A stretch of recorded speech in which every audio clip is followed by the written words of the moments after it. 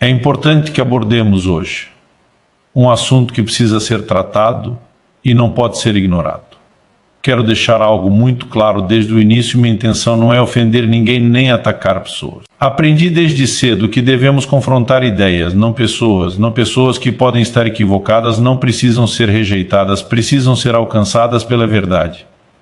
E isso deve ser feito em amor. O fato é que em nosso meio existe algo que eu chamaria, entre aspas, de superstições cristãs. Uso essa expressão de forma crítica, porque muitas vezes o que acontece é que alguém se converte a Cristo, mas simplesmente transporta antigos padrões de pensamento, crenças culturais ou práticas supersticiosas para dentro da sua nova experiência de fé. Em vez de permitir que o Evangelho transforme completamente sua mentalidade, apenas adapta velhos costumes à linguagem cristã. Com isso surgem misturas. Alguns enxergam essas práticas apenas como algo religioso ou tradicional. Porém, quando analisamos mais profundamente à luz das Escrituras, percebemos que há elementos que não se alinham com a sã doutrina. Antes de aprofundar o tema, quero lembrar o que a palavra de Deus nos diz em 1ª Epístola a Timóteo, capítulo 4. Ali somos exortados diante de Deus e de Cristo Jesus a pregar a palavra com insistência, a tempo e fora de tempo, a corrigir, repreender e exortar com toda paciência e doutrina. A Escritura também alerta que virá o tempo em que muitos não suportarão a sã doutrina. Contrário, cercar-se-ão de mestres segundo seus próprios desejos, como quem sente coceira nos ouvidos, desviando-se da verdade e se entregando a fábulas. Essa advertência é extremamente atual. Vivemos dias em que muitos preferem mensagens que agradam, que confirmam seus próprios interesses, em vez de confrontar o coração.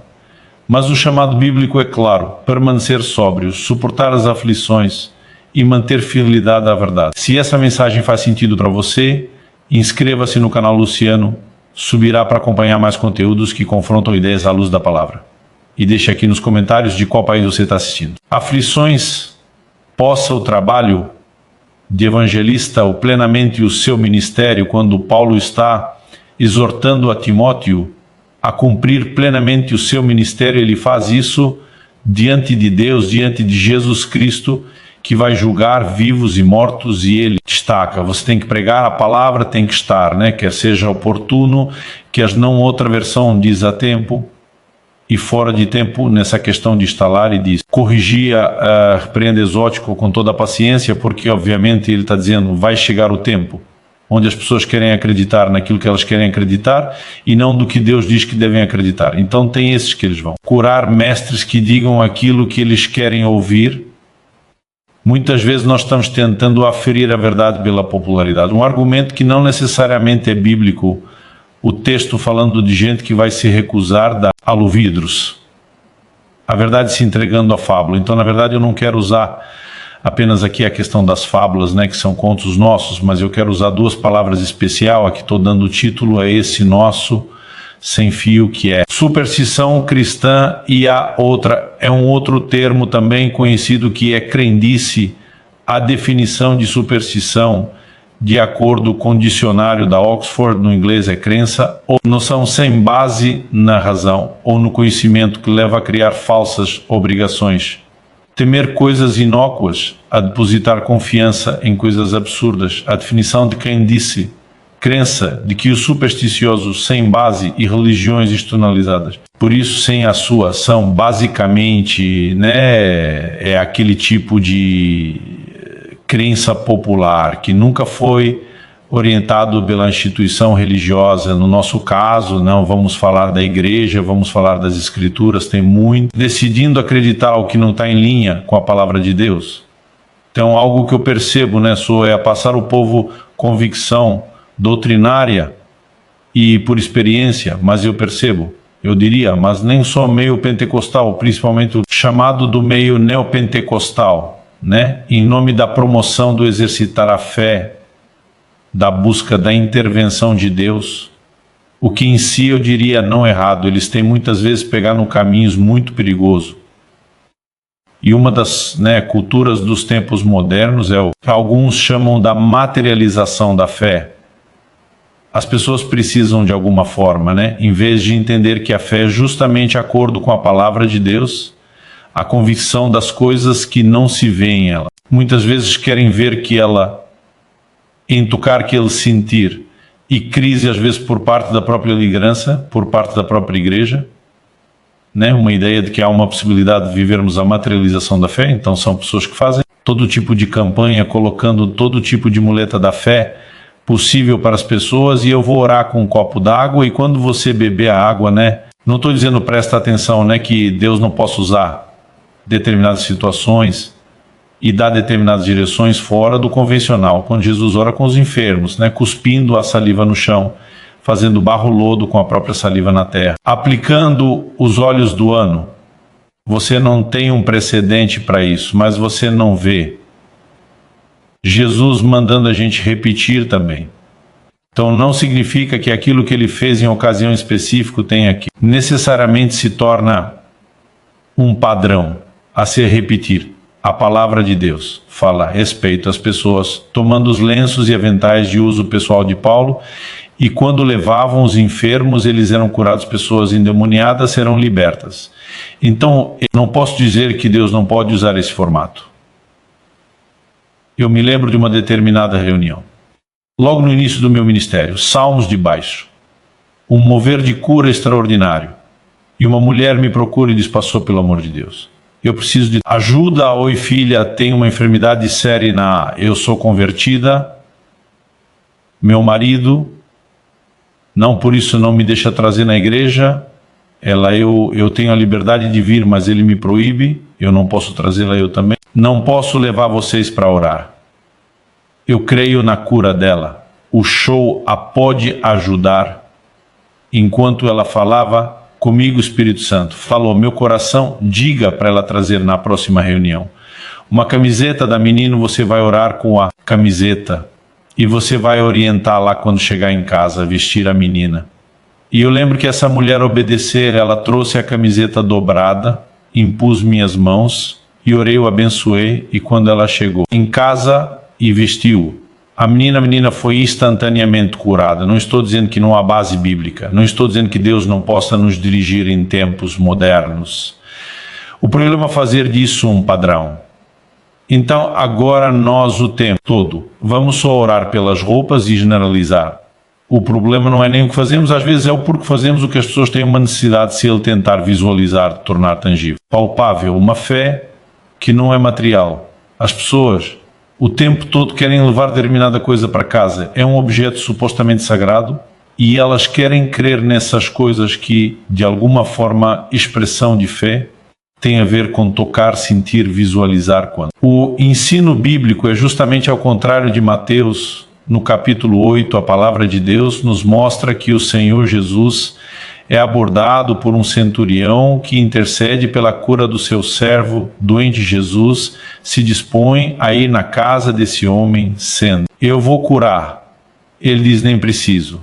Eu sou um homem que estou sujeito à autoridade. E eu tenho pessoas debaixo da minha autoridade. Eu mando um fazer e faz. Eu mando um vir, ele vem, eu mando. Outro ele olha para Jesus, disse: eu entendo como a autoridade funciona. E diz uma palavra: meu servo será curado. A Bíblia diz em Mateus, no capítulo 8, versículo 10, seguinte: ao ouvir isso, e Jesus ficou admirado e disse: aos que o acompanhavam eu digo que nem mesmo em Israel encontrei tamanho. A fé, vamos entender, o que Jesus está falando, nem mesmo em Israel. Judeus que tinham a palavra de mostrar o tamanho. Acesso à fala. Para dia da tua mãe, fala de uma fé grande. Em outro falar de Jesus está dizendo: nem em Israel encontrei uma febre no tamanho da pedra. Nesse caso, o que é essa fé grande? Você lembra que em alguns momentos Jesus confrontou os discípulos por ter uma pequena fé, e outro momento ele elogiou a grande fé de outro, e aqui ele não só está elogiando, mas está admirado. Qual é essa grande fé? Expressa pelo homem. Ele disse: o não. Precisa entrar na minha casa. Eu não preciso ver um toque seu acontecendo. Meu servo, basta a tua palavra. Tua palavra é suficiente ao relato. Em João capítulo 4, alguns querem acreditar que é uma outra versão do mesmo ocorrido, outro. Acreditam ser um episódio diferente, porque há detalhes, que não se harmonizam, mas fala também de um certo oficial do rei, né, que pede ao Senhor o seu filho seja curado, e Jesus simplesmente diz para ele: vá, seu filho ficará curado. Senhor Jesus não vai fazer absolutamente nada, apenas fala uma palavra. E João capítulo 40, 50, o homem criou na palavra de Jesus, impartiu o que eu quero tentar comunicar. E você não precisamos de mais nada além da palavra. A fé se apoia na palavra fé, vem por ouvir a palavra, até uma resposta à palavra de Deus, e apoios que eu e você podemos experimentar simplesmente porque levamos a palavra de Deus a sério, porque a gente se posiciona, disse, Deus falou, está falado, a sua palavra é verdadeira, passarão os céus e a terra, mas a sua palavra não há de passar. A gente pode se lembrar de Deus, malandra Jeremias, e o Senhor velo sobre a minha palavra para fazê-las cumprir. A palavra de Deus é indigna de confiança e nós podemos simplesmente acreditar nela.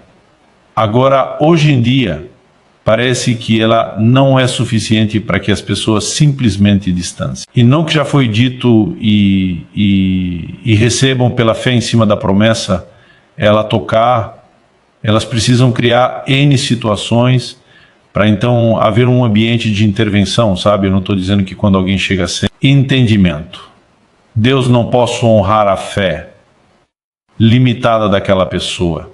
Eu não estou criticando a procura de alguns. Na verdade, o confronto é muito mais aos que promovem isso, em vez de ensinar as pessoas a crescerem e exercer a sua fé no Senhor. Então, quando estamos falando de um recém-convertido, de uma pessoa que acabou de ser uma coisa, mas Paulo diz em 1 aos Coríntios, 13 anos, quando eu era menino, falava como menino, agia como menino, pensava como menino, mas logo que cheguei a ser grande, deixei as coisas de menino. E um menino vai deixar de se comportar como menino se não tiver um pai confrontando uma mudança de comportamento à medida que o tempo passa. E nós precisamos sair do padrão mais raso, subir para o mais elevado e deixar no meio desse caminho. Certo, as superstições como uma materialização da fé. Quando Naamã, essa é uma instrução de Eliseu. Olha, vai lá, mergulhe em 7 vezes você vai ser curado. Não era uma promessa espírita. Mas Eliseu como profeta, está liberado uma palavra da parte de Deus. A maior prova é que o milagre aconteceu, mas para ele só aquela palavra não passava, e diz eu. Imaginava que o homem de Deus colocaria sobre mim a sua mão e invocarei o nome do Senhor. Ele criou um cenário onde ele pudesse materializar a fé e a palavra. Somente não era suficiente desanimado, pensando, embora esse homem está prestes a desistir. E um servo disso, se o homem de Deus te pedir só uma coisa difícil, o Senhor não faria. Eu vim disposto a tudo. Você olha para eles, porque não faz a fácil e tem. Muita gente hoje que, para que Deus possa agir, há pessoas que criam toda uma ideia de que precisa ser difícil, que tem que haver penitência, que é necessário pagar um preço para que Deus faça algo. Muitas vezes não entendem a simplicidade da fé. Meu amigo, deixe-me dizer com toda clareza, a palavra de Deus é suficiente. O que eu e você precisamos é crer no que está escrito. Se Deus decidir usar determinados meios, amém. Se Ele enviar alguém para impor as mãos, como aconteceu quando Ananias orou por Saulo para que voltasse a ver e fosse cheio do Espírito Santo, amém. Ao longo das Escrituras vemos Deus usando pessoas como instrumentos, mas isso não significa que alguém não possa crer à distância e sem qualquer intervenção humana, sem toque algum, receber um milagre. O poder não está no método, o poder está em Deus. Uma segunda área onde muitos tropeçam é na compreensão da fonte do poder. Ao longo de mais de 30 anos de ministério, perdi a conta de quantas vezes ouvi alguém dizer: pastor, faz uma oração forte por mim? E geralmente respondo: existe oração fraca. As pessoas até ficam sem graça, porque às vezes nem param para pensar no que estão dizendo. A força não está na oração em si, não está em quem orou. Não está no tom de voz, no volume, na intensidade ou na forma. Quando dizemos que a oração é forte, corremos o risco de transformar a oração na fonte do poder. Mas a oração não é a fonte, ela é o meio de conexão com a fonte. O poder não está na fé como uma energia mística. O poder está em Deus, a quem a fé nos conecta. Quando começamos a exaltar o instrumento, seja a oração, seja a pessoa que ora, estamos deslocando o foco. A oração é importante, sim. A fé é essencial, sim. Mas ambas existem para nos ligar a Ele. Certa vez ouvi uma ilustração interessante. É como alguém que precisou de uma consulta médica por telefone. Ligou para o médico, recebeu as orientações, seguiu corretamente as instruções e foi curado. Depois disso, passa a exaltar o poder do telefone. Isso é absurdo. O telefone não curou ninguém. Ele apenas conectou a pessoa ao médico. Da mesma forma, não é a oração que tem poder em si mesma. Não é o pregador. Não é o método. Tudo isso é apenas instrumento. O poder pertence a Deus. E quando entendemos isso, voltamos à simplicidade da fé. Confiar plenamente em Ele é aquele que é a verdadeira fonte. Telefone não tem nada a ver com o telefone. No telefone era apenas o meio de comunicação com quem te ajudaria a resolver o problema quando falamos oração. É a mesma coisa, assim como vamos exaltar o poder do telefone na consulta médica, nós vamos exaltar a oração. Nós vamos exaltar o Deus que responde a ações. E se nós não colocamos a ênfase na fonte, correta do poder, nós não apenas estamos descendo um tipo de fé que pode não ter resultado contra e roubando de Deus toda a glória. Percebo nessa linha muitas pessoas que nos tratam como se Deus hoje em dia, falando aí da linguagem, da prática da igreja romana, como se Deus tivesse novos mediadores. As pessoas às vezes chegam desse passou, só pode orar por mim, Eu digo, posso sim. Aí de repente alguém melhor dessa, afinal de contas, olha mais chegado com ele lá de cima como que eu pedi. Não vão me dar moral nenhuma.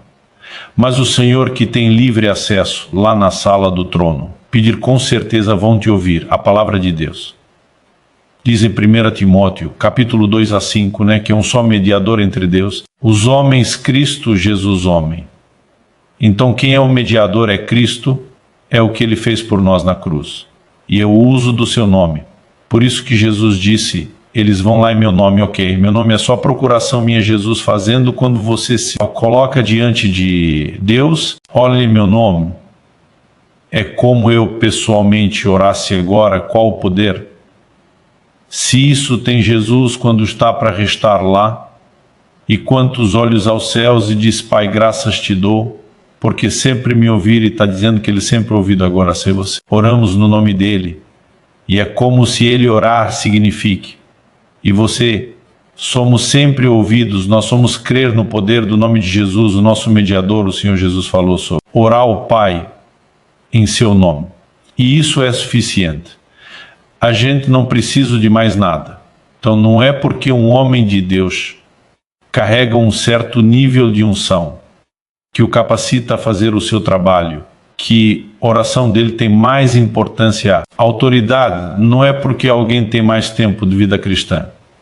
Com isso, mais experiência até nessa área de resposta à oração, que necessariamente Íris seja aquele que vai ser atendido. Primeiro nós precisamos entender que o diferencial é o nome do Senhor Jesus, é aquilo que Ele fez por nós, e quando entramos nesse lugar que nós temos acesso a receber de Deus. Qualquer outra coisa diferente disso é superstição e crendice, e não deveria ser aceita muito. Menos praticado uma terceira.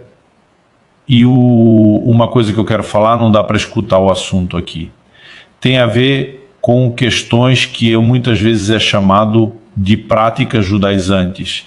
Quando você lê, por exemplo, a Epístola de Gálatas, você vai. Pessoas que estavam tentando trazer práticas da lei de Moisés do Velho Testamento para a Nova Aliança, Questões que são abordadas com clareza no Novo Testamento, que já não são parte da nossa caminhada e da nossa conduta, mas de alguma forma sempre tem aqueles que tratam ou aspectos do Velho Testamento ou de Israel com uma conotação sagrada a ponto de exagerar e violarem o ensino claro do Novo Testamento. Sentir capítulo 1, versículo 14, o apóstolo Paulo diz que não se ocupa em confábulas judaicas. 1 Timóteo 14, não se ocupa em confábulas e genealogias sem fim o tempo todo, quando eles tratavam com a gente.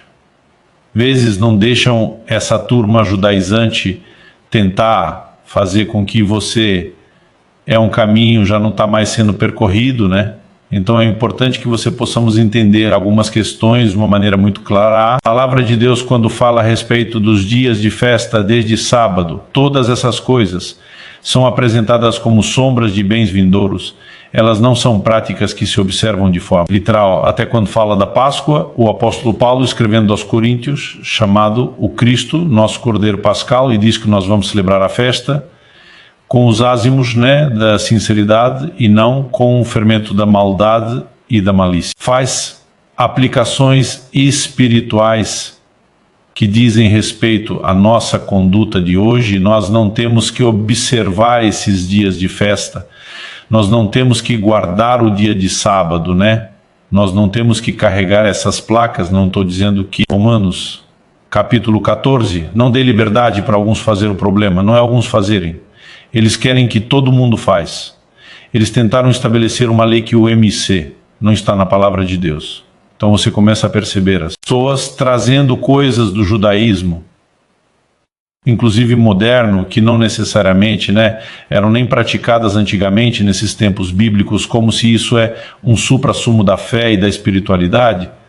Sabe, amo Israel, né, faço caravanas, Azaria já foi falar sobre esse assunto.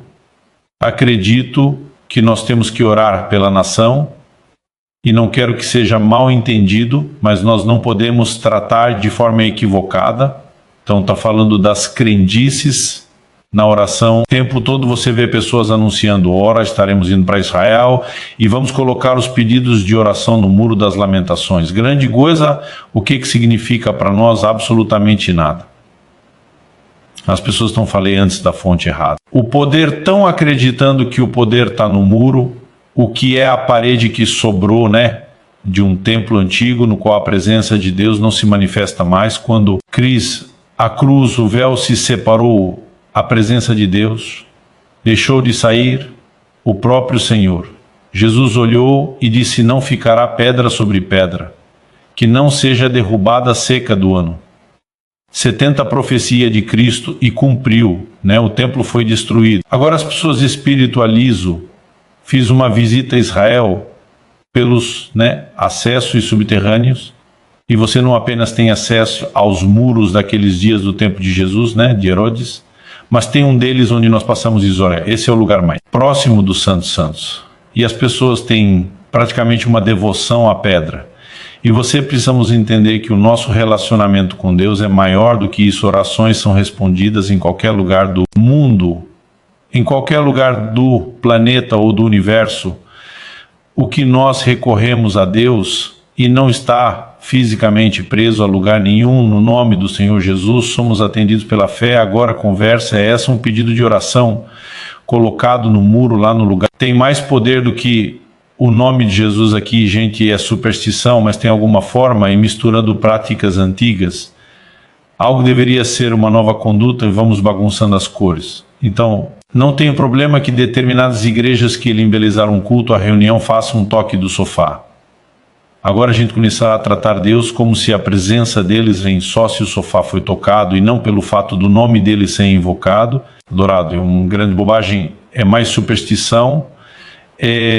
De novo, aquela tentativa de materialização da fé crente que acredita. Não se tem que fazer o uso do talit, que é aquele acessório religioso judaico, em forma de Charlie, né, que usar o uso.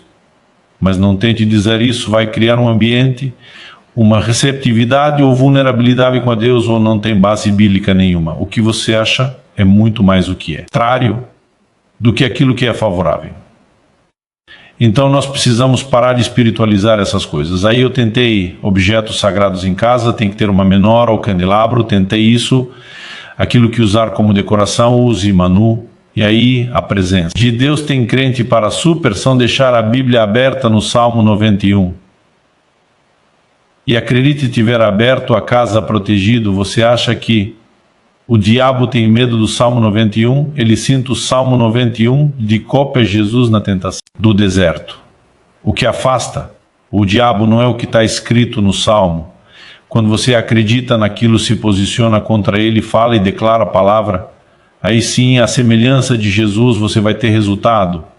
Então nós precisamos deixar essas coisas de lado e de fato ter um entendimento correto sobre as viagens. Eu particularmente não gosto de chamar Israel de terra some, os lugares, os momentos da Bíblia onde ele é chamado de terra santa.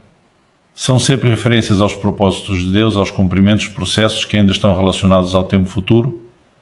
O livro de Apocalipse se refere à cidade, dizendo é a cidade que espiritualmente se chama Sodoma. Egito, onde crucificaram nosso Senhor, você vai querer dizer que essa coisa boa?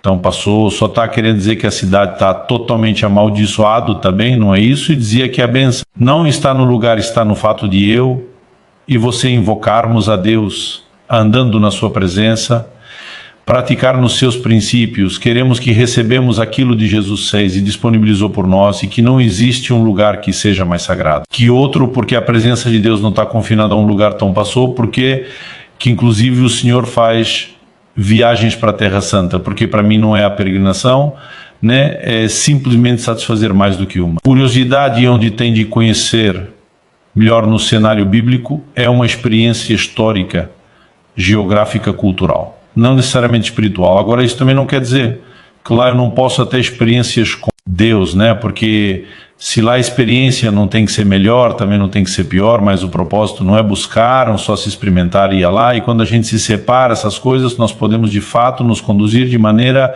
madura, sem nos entregarmos às fábulas. Repito mais uma vez o que falei no início. O propósito desse ensino não é as pessoas me diz respeito a ninguém, mas também nós não podemos, né? Só porque simplesmente temos respeito. As pessoas todo mundo conduzi-los antes bagunçando o coreto, sem falar nada, né? Sem nos posicionarmos a respeito disso. Quero deixar claro que nós temos que tomar cuidado no perigo de estar praticando essas superstições, crendices, né? Fábulas, essas verdadeiras fantasias que não tem nada a ver com o que a palavra de Deus apresenta e classifica como se a doutrina, muitas vezes algumas pessoas se sentem julgadas pelo que elas são. O que de repente nós as corrigimos a respeito de uma placa, eu já fui corrigido muitas vezes ao longo da minha caminhada de condutas equivocadas por placas erradas, e eu fui grato a Deus por pessoas que me abriram os olhos, me orientaram aqui. Não me diminuiu. Deus sabe o que eu estava andando em toda a luz do meu coração querendo agradá-lo. Mas o mesmo Deus que sabia que eu estava na boa intenção do meu coração querendo agradar também provê conselhos para que a gente entenda uma água. O pior de acordo com o padrão das Escrituras. Nunca deixei que o meu valor foi diminuído, né? Diante das pessoas ou diante de Deus por uma correção. Mas entendi que era hora de demonstrar humildade. Já tenho um espírito ensinável. E dizer realmente essas coisas precisam ser consideradas. E pude fazendo a justiça ao longo da caminhada, ninguém chegar à maturidade da noite para o dia. Mas se não tivermos o coração correto, não vamos amadurecer. Então que Deus de fato, dispensando sua graça, e favor pela ação do Espírito, nos ajude a entender e praticar a palavra, ficando só na sua doutrina, sem fábulas, sem superstições, sem clientes.